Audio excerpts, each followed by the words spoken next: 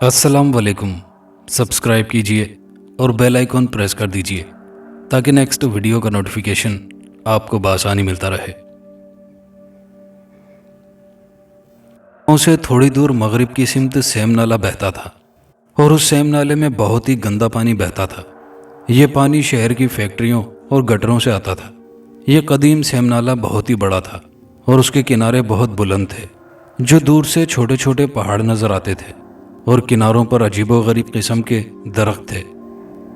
उन दरख्तों में एक बरगद का दरख्त भी था जो कि बहुत लहीम शहीम सायादार था।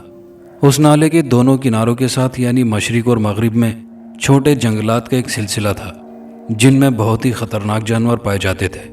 इस वजह से लोग वहाँ दिन के वक्त भी कम जाते थे और जो लकड़ियाँ वगैरह काटने जाते थे वो भी दो दो या तीन तीन आदमी साथ जाते थे। रात के वक्त किसी में हिम्मत नहीं होती थी वहाँ जाने की, क्योंकि जंगली जानवरों ने 2-3 मरतबा कई लोगों को जख्मी किया था। इसी वजह से लोग रात को बिल्कुल भी नहीं जाते।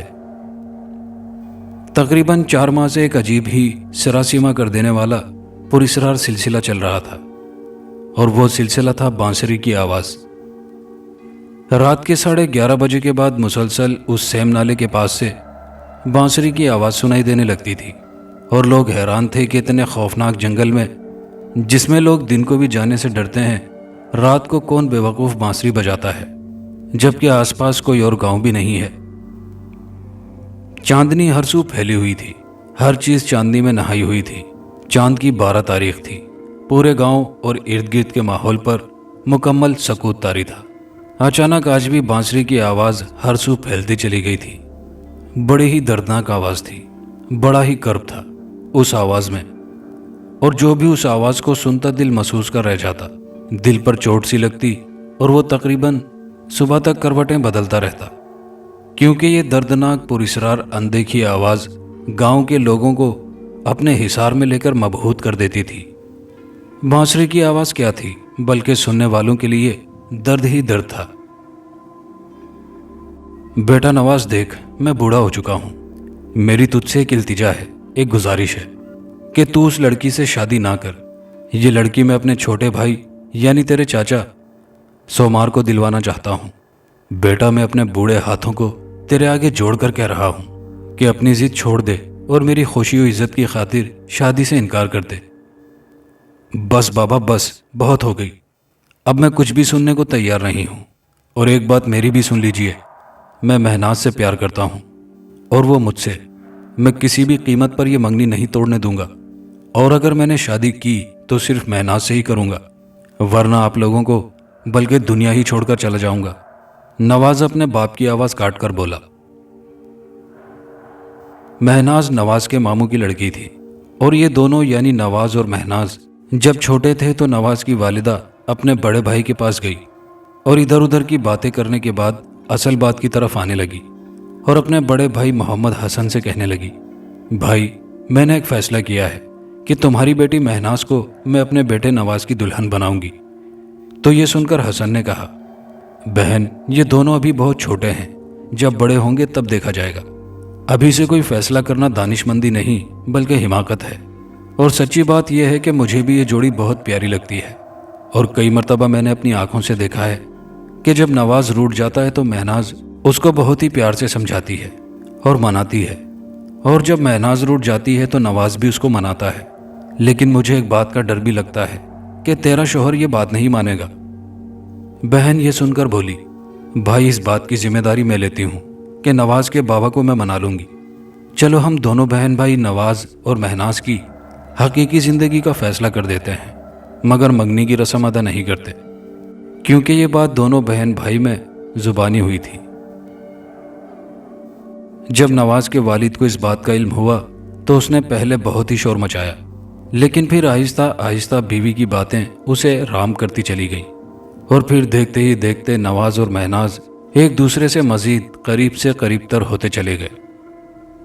पूरे गांव को इस बात का इल्म हो चुका था कि नवाज और महनाज की शादी की बात पक्की हो गई है और वक्त मुकर्ररा पर शादी होगी, और ये दोनों एक दूसरे से बहुत ही ज़्यादा प्यार करते हैं। वाकई हकीकत भी यही थी कि महनाज और नवाज एक दूसरे पर जान छिड़कते थे। गांव से कुछ फासले पर एक नीम का दरख्त था उस दरख्त के नीचे ये दोनों अक्सर बैठ जाते थे। एक दिन दोनों साथ बैठे प्यार और मोहब्बत की बातें कर रहे थे कि अचानक नवाज ने महनाज से कहा, महनाज एक बात पूछूं? और हाँ, इसका जवाब सिद्क़े दिल से खूब सोच समझ कर देना। यह सुनते ही महनाज की आंखों से आंसू जारी हो गए और उसने कहा, नवाज आज तुम ये कैसी बातें कर रहे हो? कहीं होश तो नहीं खो दिया? क्या कभी कोई बात मैंने गलत भी की है या कभी तुमसे झूठ बोला है? पूछो क्या पूछना चाहते हो? नवाज ने कहा, वो दरअसल बात यह है कि कहीं तुम मुझे छोड़कर मुझसे दूर तो नहीं चली जाओगी। तो महनाज ने कहा, यह तुम्हें क्या हो गया है? आज कैसी बहकी बहकी बातें कर रहे हो तुमने ये कैसे सोच लिया कि मैं तुम्हें छोड़कर चली जाऊंगी?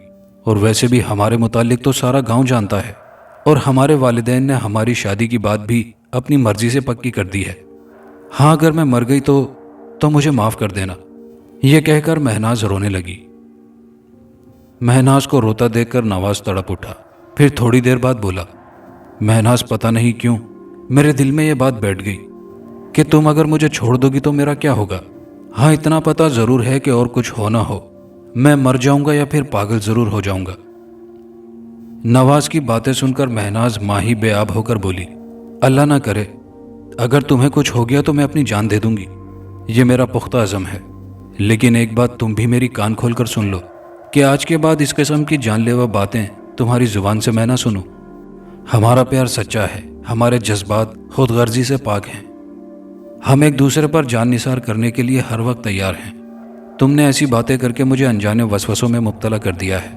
खुदा के लिए आइंदा ऐसी बातें मत करना, वरना मैं हकीकत में अपनी जान दे दूंगी।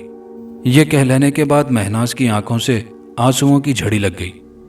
नवाज ने बड़ी मुश्किल से महनाज को चुप कराया, फिर बोला, अच्छा भाई, मुझे माफ़ कर दो, आइंदा ऐसी बातें नहीं करूँगा और तुम्हें मेरी कसम अपना मुंह ठीक कर लो और हुक्म दो कि मैं कब मंगनी की अंगूठी पहनाने के लिए अपने वालिदैन को तुम्हारे घर भेजूं। महनाज ने जवाब दिया, मैं क्या बताऊं, जैसे तुम्हारी मर्जी। यानी मोहतरमा राजी हैं, नवाज ने कहा तो महनाज ने शर्मा कर मुंह दूसरी तरफ कर लिया और नवाज हंसने लगा। मैं जीते जी ये शादी किसी भी सूरत नहीं होने दूंगा। या तो ये लड़की मुझे मिलेगी या इस घर में नवाज की दुल्हन बनकर नहीं आएगी। नवाज का चाचा अपने बड़े भाई करीम बख्श को कह रहा था तो नवाज के वालिद ने अपने छोटे भाई सोमार को कहा, तू पागल हो गया है क्या? तुझे तो क्या पूरे गांव को इस बात का इल्म है कि नवाज और महनाज की शादी की बात पक्की हो चुकी है और अगले साल शादी भी होने वाली है और दोनों टूटकर एक दूसरे को चाहते हैं, और अगर ऐसा नहीं हुआ तो वो अपनी जान दे देंगे। मैं किस मुंह से साले मोहम्मद हसन या अपनी बीवी से ऐसी बात करूं? और नवाज जिसकी उम्र अब माशाल्लाह 20 साल हो चुकी है, अब उससे मैं कैसे कहूं? और तुझे तो शर्म आनी चाहिए कि रिश्ते में वो लड़की अब तेरी बहू है, क्योंकि चाचा भी ससुर की जगह होता है। तुम मेरे भाई हो और बाप की जगह भी। मैं सारी जिंदगी जो कमाता था वो मैं तुम्हें ही देता रहा हूं, और मैं तुमसे हाथ जोड़ के कहता हूं कि हर कीमत पर महनाज से मैं शादी करूंगा, वरना खुदकुशी कर लूंगा, सोमार ने कहा। करीम ने कहा, देख सोमार, तू भी मेरे बेटे जैसा है, लेकिन सोच कि वो दोनों एक दूसरे से किस कदर प्यार करते हैं, और प्यार करने वाले किसी रिश्ते नाते को नहीं मानते। और वो लड़की इस घर में कैसे रहेगी, क्योंकि नवाज भी इस घर में रहता है। वो एक दूसरे का सामना कैसे करेंगे? और अगर खुदा ना खास्ता नवाज ने कोई इंतहाई कदम उठा लिया तो? मुझे कुछ भी नहीं मालूम, बस अगर तुझे मेरी जिंदगी अजीज है तो महनाज मुझे मिलेगी। अगर तुझे अपने बेटे की जिंदगी या खुशी अजीज है तो मैं कुछ नहीं कहूंगा, अब फैसला तुझे ही करना है। यह कहकर सोमार पांव पटाखता हुआ घर से बाहर चला गया और करीम बख्श सोचों में गर्क हो गया, क्योंकि एक तरफ बेटे का रिश्ता था तो दूसरी तरफ भाई। और फिर करीम बख्श ने अपनी बीवी से इस मसले पर बात करने के लिए सोचा, अच्छा तो उस नमक हराम ने अब तक हमें जो कुछ दिया है आज ये उसका सिला चाहता है, और वो भी अपने भतीजे की मंगेतर का। अगर उसको जरा भी शर्म होती तो वो सेम नाले में जाकर डूब मरता, लेकिन ऐसी घटिया बात अपने गंदे मुंह से ना निकालता। नवाज की वालिदा ने गंभीर आवाज में शौहर से कहा। करीम ने कहा, नरगिस देख, मंगनी जो तुमने की थी वो तो कच्ची थी और ये टूट भी सकती है। अच्छा, तो इसमें तुम्हारी भी मर्जी है, यानी कि बाप अपने बेटे की खुशियों का कातिल बनना चाहता है। देख करीम, مجھ سے آئندہ اس موضوع پر کسی قسم کی بات نہ کرنا، نرگس نے اپنے شوہر کی بات کاٹتے ہوئے کہا۔ تو کریم نے پھر کہا، ٹھیک ہے، میں خود نواز سے بات کروں گا۔ تو نرگس نے کہا، کریم تمہیں کیا ہوا ہے؟ تقریباً 20 سال ہو گئے اس بات کو طے ہوئے، ذہنی طور پر وہ ایک دوسرے کو قبول کر چکے ہیں، اور اگلے سال تو دونوں کی شادی ہونے والی ہے۔ غور کرو، تم اپنے بیٹے کی زندگی میں زہر مت گھولو، ورنہ تم پچھتاؤ گے۔ پچھتاؤں گا تو میں ضرور، کیونکہ جب نواز کی شادی ہوگی تو سومار خودکشی کر لے گا، کیونکہ سومار کو گاؤں میں کوئی دوسری لڑکی نہیں ملے گی جو میرے بیٹے کی خوشیوں کو ملیا میٹ کر کے اپنی خوشیوں کو دوبالا کرنا چاہتا ہے۔ یہ میرے نواز اور مہناز کو ساتھ دیکھ کر خود غرضی اور تعصب کی آگ میں جھلس رہا ہے، نرگس نے شوہر کی بات کاٹتے ہوئے کہا۔ تو کریم بخش نے کہا، تو جو بھی سمجھے، لیکن میری بھی ضد ہے کہ ہر صورت میں اب مہناز سورما کو ہی ملے گی۔ یہ کہتا ہوا کریم بخش باہر نکل گیا۔ یار تو پاگل تو نہیں ہو گیا؟ تجھے پتا ہے کہ میں نے اور بہن نرگس نے یہ بات مہناز کی پیدائش کے بعد ہی طے کر دی تھی، اور میں تو سمجھا تھا کہ تو اپنے بیٹے کی شادی کی تاریخ مانگنے آیا ہے، لیکن کریم میں یہ کام نہیں کروں گا۔ میں نے اپنے بھانجے کو اپنی بیٹی دے دی ہے۔ اگر تجھے اپنے بیٹے کی خوشی عزیز نہیں تو ٹھیک ہے، میں اپنی بیٹی اپنے چھوٹے بھائی قدیر کے بیٹے کو دے دوں گا، کیونکہ تجھے پتا ہے کہ قدیر کا بیٹا بھی جوان ہے اور قدیر میرا چھوٹا بھائی ہے۔ اس نے میری بیوی سے 1-2 مرتبہ اپنے بیٹے نوید کے لیے بات کی تھی، لیکن جب اس کو نواز اور مہناز کی بات کا علم ہوا تو وہ چپ ہو گیا۔ خیر، میں قدیر کو منا لوں گا۔ میں کسی صورت میں بھی نواز اور مہناز کی زندگی میں زہر گھول کر سومار کی ضد کے آگے گردن نہیں جھکاؤں گا۔ میں سمجھتا ہوں سومار میں ذرہ برابر بھی نہ شعور ہے اور نہ ہی غیرت ہے۔ کریم، یہ گھٹیا سوچ تیرے بھائی سومار کے ذہن میں آئی کیسے؟ اس کو شرم نہیں آئی ایسی بات منہ سے نکالتے ہوئے؟ کریم، یہ بات کہنے کے لیے تو میرے پاس آیا کیوں؟ محمد حسن، میں خود پریشان ہوں، تو بتا میں کیا کروں، کہاں جاؤں؟ ایک طرف بیٹا، دوسری طرف بھائی، اور بھائی بھی وہ جس نے ساری زندگی ہمارے قدموں میں گزاری، اور زندگی میں پہلی بار اس نے کوئی چیز مانگی ہے۔ دیکھ محمد حسن، مجھے بھی اپنے بیٹے کی خوشی عزیز ہے۔ یہ مت سمجھو کہ میں اپنے بیٹے کی خوشیوں کا قاتل بننا چاہتا ہوں۔ میں بہت مجبور ہو گیا ہوں، اور میں نے فیصلہ کیا ہے کہ میں اپنے بیٹے کی خوشی سے زیادہ میں اپنے بھائی کی خوشی کو ترجیح دوں گا۔ میں ہر قسم کے عمل اور رد عمل کا سامنا کروں گا۔ میں تیرے آگے ہاتھ جوڑتا ہوں کہ تو میری بات مان لے، باقی نواز کو میں منا لوں گا۔ کریم بخش نے اپنا فیصلہ اپنے سالے محمد حسن کو سنا دیا، اور ہاں، اس کے لیے میں اپنی کچھ زمینیں بھی تجھے دے دوں گا۔ محمد حسن نے کہا، ٹھیک ہے، جب تو یہ فیصلہ ہی کر چکا ہے تو مجھے کچھ وقت چاہیے سوچنے کا۔ تو کریم نے کہا، نہیں، ابھی مجھے فیصلہ نہیں چاہیے، کیونکہ میں نے سومار کو جا کر بتانا ہے۔ اور پھر نواز اور مہناز کی موت کا فیصلہ زمین کے لالچ میں آ کر محمد حسن نے سنا دیا۔ تو کریم بخش خوشی خوشی وہاں سے چلا آیا، اور پھر تنہائی پاتے ہی نواز کے سامنے بیٹھ گیا۔ اس وقت نواز اپنی آنکھیں بند کیے چارپائی پر لیٹا سوچ کی انتہائی گہرائیوں میں محو تھا۔ نواز بیٹا، دیکھ میں بوڑھا ہو چکا ہوں، میری تجھ سے التجا ہے کہ مہناز سے شادی نہ کر۔ بیٹا، میرے بڑھاپے کی عزت رکھ لے۔ میں تیرے سامنے ہاتھ جوڑ کر کہہ رہا ہوں کہ اپنی ضد چھوڑ دے۔ بس بابا، بس، بہت ہو گئی، اب میں کچھ بھی سننے کو تیار نہیں ہوں۔ اور ایک بات میری سن لیں کہ میں مہناز سے بہت زیادہ پیار کرتا ہوں، اور وہ بھی مجھ سے۔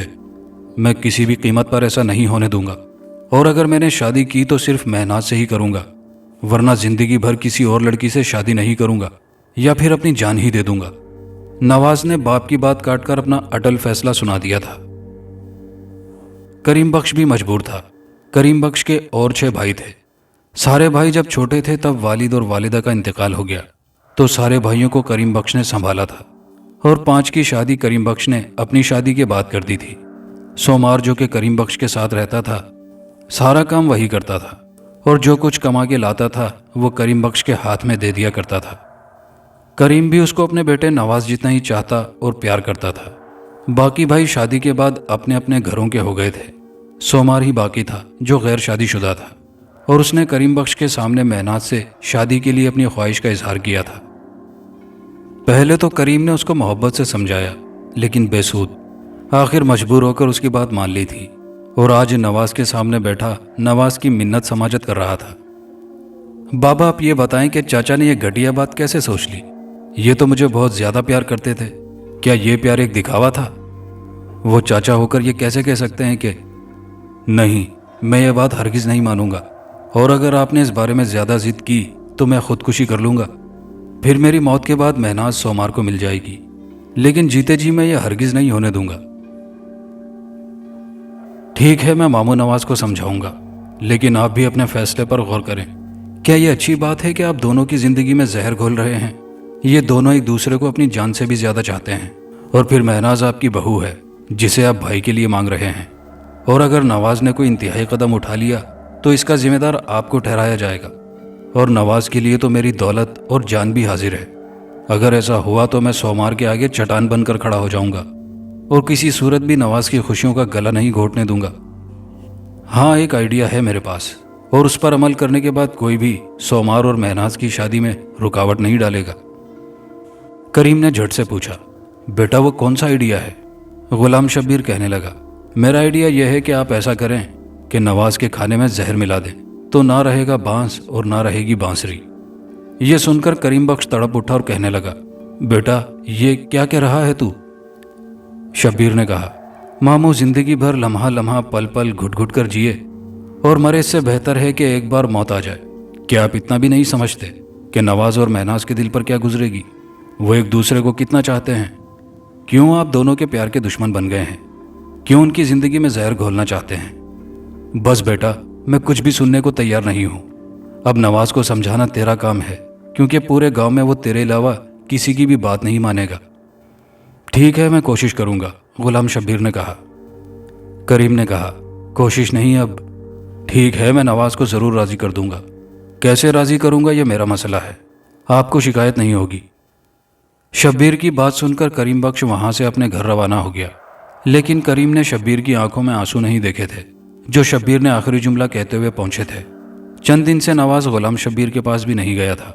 वह बहुत ही परेशान था और हर वक्त सिसकता रहता, और उसे यकीन हो गया था कि अब महनाज और उसकी खुशियों का गला उसका बाप घोंट देगा।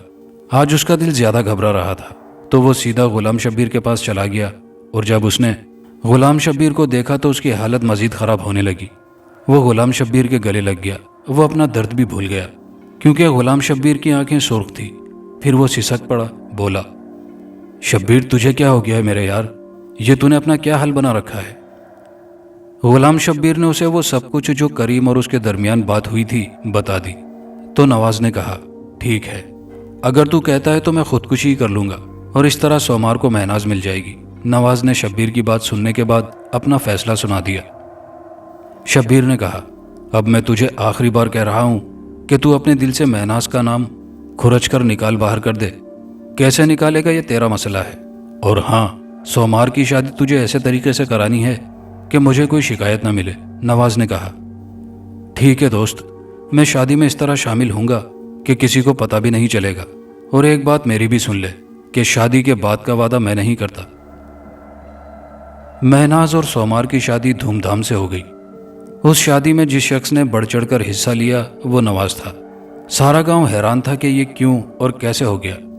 सोमार बहुत खुश था, और फिर खुश क्यों ना होता। आज बरसों बाद उसकी जिद पूरी हुई थी, क्योंकि उसने अपने दोस्तों से वादा किया था कि तुम देखना, महनाज एक दिन मेरी बीवी जरूर बनेगी, और अगर इसके लिए नवाज को कत्ल भी करना पड़ा तो मैं ये संगीन कदम भी उठा लूंगा, लेकिन पहले मैं उसके वालिदैन को राजी करने की कोशिश करूंगा। अगर वो मान गए तो ठीक, वरना मैं अपनी राह के कांटे को राह से हटा दूंगा। सोमार जिद इसलिए कर रहा था कि एक दिन वो मोहम्मद हसन के घर गया तो उसने महनाज को देखा। महनाज उसे बहुत हसीन लगी। उसकी जवानी उबल पड़ रही थी। उसकी जिस्मानी उठान किसी मर्द के हवास को गुम करने के लिए काफी थी। इत्तिफाक से उस वक्त मोहम्मद हसन भी घर में नहीं था, और उसकी वालिदा भी घर के बाहर थी। सोमार ने महनाज से पूछा, तुम्हारे वालिदैन कहाँ गए हैं? तो महनाज ने जवाब दिया, बाबा दूसरे गांव गए हैं और अम्मा किसी से मिलने गई हैं। अचानक महनाज ने सोमार के तेवर देखे तो वो कांपने लग गई। अब सोमार महनाज के बिल्कुल रूबरू खड़ा था। महनाज ने उससे कहा, मुझसे दूर हट जाओ, वरना मैं शोर मचा दूंगी और चीख चीख कर सारे गांव को इकट्ठा कर लूंगी। तो सोमार ने कहा, महनाज एक बात मेरी कान खोल के सुन ले कि मैं शादी तुझसे ही करूंगा, और हाँ, अगर नवाज की जिंदगी की खैर चाहती है तो किसी को कानो कान खबर ना होनी चाहिए कि मैं इधर आया था या तुझसे कोई बात की है। और याद रख جس دن تو نے یہ بات اپنے والدین یا کسی اور کو بتائی تو اس دن تیرے یار نواز کی لاش سیم نالے سے ملے گی۔ یہ کہتا ہوا سومار واپس چلا گیا۔ سومار کے جانے کے بعد مہناز کافی دیر تک روتی رہی اور بعد میں جو حالات ہوتے رہے وہ خاموشی سے سب کچھ دیکھتی رہی، لیکن کسی کو ہوا تک نہ لگنے دی کیونکہ اسے نواز کی زندگی پیاری تھی۔ شادی کی پہلی رات وہ عروسی جوڑے میں بہت ہی حسین لگ رہی تھی، لیکن حقیقت میں اب وہ پہلے جیسی حسین نہ رہی تھی۔ اندر ہی اندر وہ ٹوٹ پھوٹ کا شکار ہو چکی تھی۔ سومار نے کمرے میں قدم رکھا تو وہ کانپ اٹھی۔ سومار ہنستا ہوا اس کے بہت قریب ہو گیا اور وہ خاموشی سے اپنی جگہ بیٹھی رہی۔ کچھ توقف کے بعد سومار کی آواز سنائی دی جو مہناز سے کہہ رہا تھا، مہناز دیکھ، آج میں جیت گیا، تیرا نواز اور تم دونوں مجھ سے ہار گئے۔ آج میری فتح کا دن ہے۔ آج میں جتنا خوش ہوں اس سے پہلے ابھی تک کی زندگی میں خوش نہیں ہوا۔ تیرا نواز بڑی بھڑکے مارتا تھا کہ کسی صورت مہناز کی میرے ساتھ شادی نہیں ہونے دے گا۔ اگر پہلے دن تو مجھے اپنے جسم پر ہاتھ لگانے اور منمانی کرنے دیتی تو آج میرے سامنے تو مجبور ہو کر نہیں بیٹھی ہوتی اور تیرا عاشق ماہی بے آب ہو کر تڑپ نہیں رہا ہوتا۔ اس دن میری بات نہ مان کر تو زندگی کی آخری غلطی کر بیٹھی۔ اب تو پوری زندگی میری ضد کو بھگتے گی اور نواز زندگی بھر خون کے آنسو بہاتا رہے گا، میرے سامنے سر اٹھانے اور نظر ملانے کی ہمت ہی نہ کرے گا۔ تجھے میں نے حاصل کر لیا اور اب زندگی بھر تجھ سے بے دردی کے ساتھ نمٹتا رہوں گا۔ میں جیت گیا، نواز ہار گیا۔ میں اپنی جیت کی خوشی میں دل کھول کر آج رات جشن مناؤں گا۔ اور پھر سومار نے مہناز کا گھونگھٹ الٹ دیا۔ مہناز کا چہرہ سرخ ہو رہا تھا، اس کی آنکھیں جیسے انگارہ نظر آ رہی تھی۔ وہ بڑے ضبط و تحمل سے بولی، سومار، تو نے اپنی ضد سے مجبور ہو کر مجھے حاصل تو کر لیا، مگر میرا تن من تو حاصل نہ کر سکے گا۔ ارے جیت تو دلوں پر حکمرانی کرنے کا نام ہے۔ میری نظر میں تو جیتا نہیں بلکہ ہار گیا ہے۔ ایک بات غور سے سن، جسمانی طور پر ہم دونوں ایک دوسرے سے دور رہیں گے، اور اگر تو نے زبردستی کرنے کی کوشش کی تو پورے گاؤں کے سامنے زندگی بھر کے لیے تجھے مریل چوہا بنا کر رکھ دوں گی۔ اپنی عزت اور مردانگی کی خیر چاہتا ہے تو اپنی زبان بند رکھنا، کسی کو بھی ہمارے اندرونی حالات کا علم نہ ہو، ورنہ تیری عزت خود تیرے ہاتھ میں ہے۔ میں نواز کی تھی اور اب بھی ذہنی طور پر نواز کی ہی رہوں گی، اور اگر جان کی ضرورت پڑی تو نواز کی چاہت میں جان بھی دے دوں گی۔ مہناز کی باتیں سن کر سومار پر جیسے سکتہ طاری ہو گیا۔ اس پر سکتہ مسلط ہو گیا تھا۔ وہ دنیا و مافیا سے بیگانہ ہو گیا تھا۔ ذہن نے کام کرنا چھوڑ دیا تھا۔ وہ بالکل مبہوت ہو کر رہ گیا۔ پھر وہ اچانک جیسے چونک گیا اور گردن جھکا کر مہناز کے قریب سے اٹھ کر دوسرے کمرے میں چلا گیا۔ آج مہناز نے رخصتی سے پہلے ایک جھلک نواز کی دیکھی تھی جو بہت ہی خوش نظر آ رہا تھا، لیکن حقیقت میں وہ ہڈیوں کا ڈھانچہ بن چکا تھا۔ نواز کو یاد کر کے مہناز سسک پڑی اور آنسوؤں کی لڑی اس کی آنکھوں سے جھڑنے لگی۔ ارے بھائی کیا ہے، کیوں نیند خراب کر رہے ہو؟ دروازہ زور زور سے دھڑدھڑایا جا رہا تھا اور اندر سے نیند میں بوجھل سومار کی آواز سنائی دی۔ جب سومار جلدی سے باہر نکلا تو سامنے اس کا بھائی کریم بخش کھڑا تھا، اس کے ساتھ دوسرے بھائی بھی کھڑے تھے۔ تقریباً رات کے 2:30 بجے کا وقت تھا۔ مہناز بھی جاگ گئی تھی اور وہ بھی سومار کے پیچھے پیچھے باہر آ گئی۔ اس کا دل دھڑکنے لگا تھا کیونکہ اسے نواز کے بارے میں تشویش تھی۔ مہناز نے سوچا خدا نہ خواستہ کہیں نواز نے نہیں اللہ نہ کرے، پتہ نہیں کیوں گھر والے پریشان کھڑے ہیں۔ سومار نے کریم بخش سے پوچھا، بھائی کیا بات ہے، خیر تو ہے، آپ سب پریشان کیوں ہیں؟ کریم بخش نے جواب دیا، نواز غائب ہے اور ہم نے اسے پورے گاؤں میں ڈھونڈ لیا ہے، پتہ نہیں کہاں چلا گیا ہے۔ یہ سن کر سومار بولا، کہیں وہ سیم نالے میں؟ نہیں، یہ نہیں ہو سکتا، نواز خودکشی نہیں کر سکتا، کریم بخش نے کہا۔ جب مہناز نے یہ سنا تو وہ دوڑتی ہوئی کمرے میں آئی اور مصلی بچھا کر اللہ کے حضور دعا مانگنے لگی اور اس کی آنکھوں سے آنسوؤں کا سیلاب بہہ نکلا۔ 1 مہینہ ہو چلا تھا، نواز کا کہیں بھی پتہ نہیں چل رہا تھا۔ گھر والے ڈھونڈ ڈھونڈ کے تھک چکے تھے۔ ماں بیٹے کی جدائی میں رو رو کر چارپائی سے جا لگی تھی۔ 1 ماہ کے دوران مہناز کو کسی نے ہنستے ہوئے نہیں دیکھا تھا۔ ہر وقت وہ خدا سے دعائیں مانگتی رہتی نواز کی خیریت کے لیے۔ یا اللہ، نواز جہاں بھی ہو خوش ہو۔ اس نے کئی مرتبہ سومار کو دبے لفظوں میں کہہ دیا، تو ہماری خوشیوں کا قاتل ہے، تو نواز کی زندگی کا قاتل ہے، لیکن اب میں تجھے بھی کبھی خوش نہیں رکھوں گی۔ ہر وہ اذیت تجھے دوں گی جس سے تو روز جیے روز مرے گا۔ لیکن ایک رات اچانک بانسری کی آواز نے اس کا چین و سکون برباد کر دیا۔ क्योंकि उसे नवाज की याद ने निढाल कर दिया था। बांसुरी की आवाज़ मुसलसल हर रात सुनाई देती थी। 4 माह हो गए थे। बांसुरी की आवाज़ कभी बहुत करीब मालूम होती और कभी हवा के दोष पर बहुत दूर मालूम होती, लेकिन ये बांसुरी की आवाज़ फिजा को चीरती हुई गांव की तरफ आती। कितनी दर्दनाक आवाज़ थी।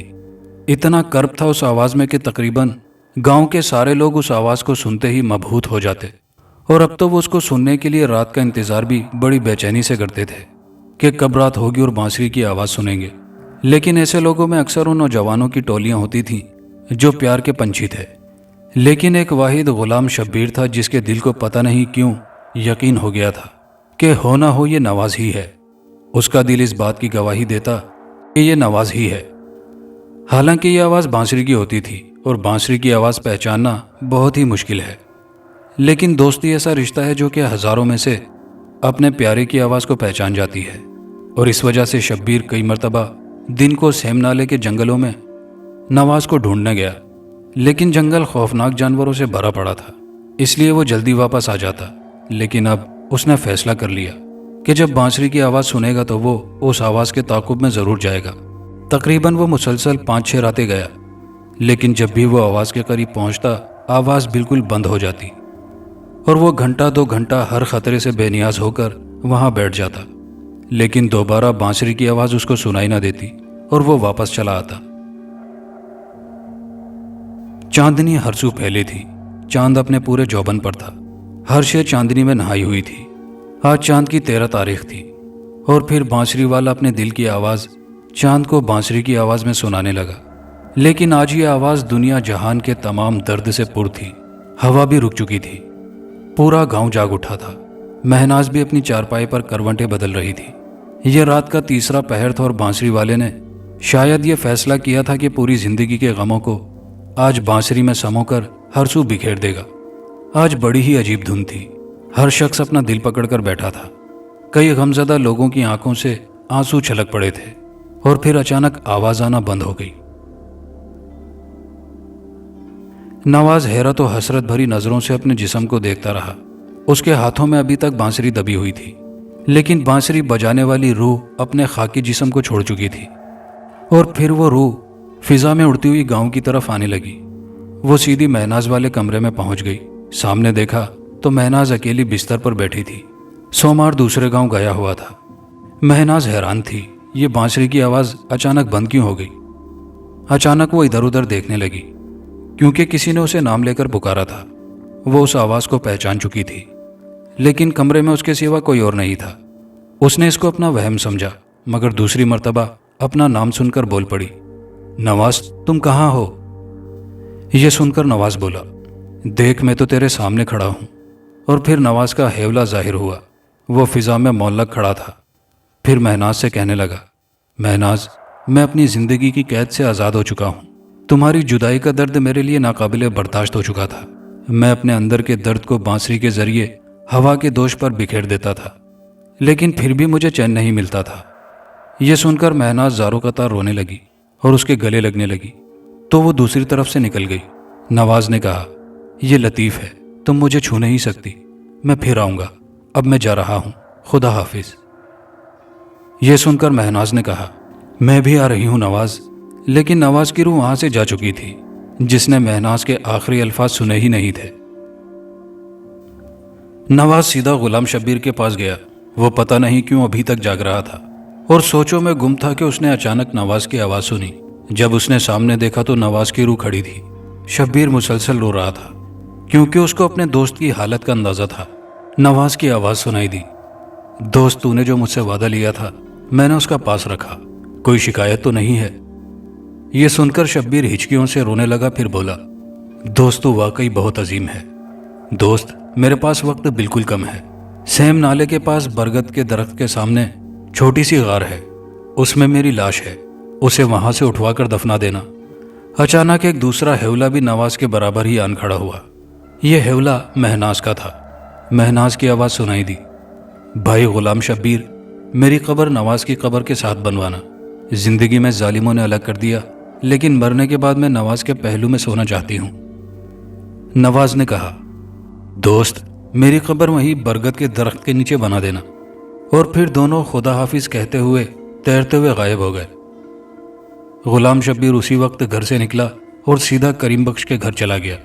سارے گھر والے خواب خرگوش میں مدہوش تھے کہ اچانک فجر کی اذان گونج اٹھی۔ اللہ اکبر، اللہ اکبر، اللہ سب سے بڑا ہے، اللہ سب سے بڑا ہے۔ وہ کریم بخش کے گھر کے دروازے پر دستک دے رہا تھا۔ جب کریم بخش باہر نکلا تو غلام شبیر کو روتا ہوا پایا۔ غلام شبیر نے کہا، ارے او ظالم، اب تو خوش ہو جا، کیونکہ میرا دوست نواز اس دنیا کو چھوڑ چکا ہے، لیکن میں ابھی تک زندہ ہوں۔ میں اپنے دوست پر ہونے والے ہر ظلم کا انتقام لوں گا۔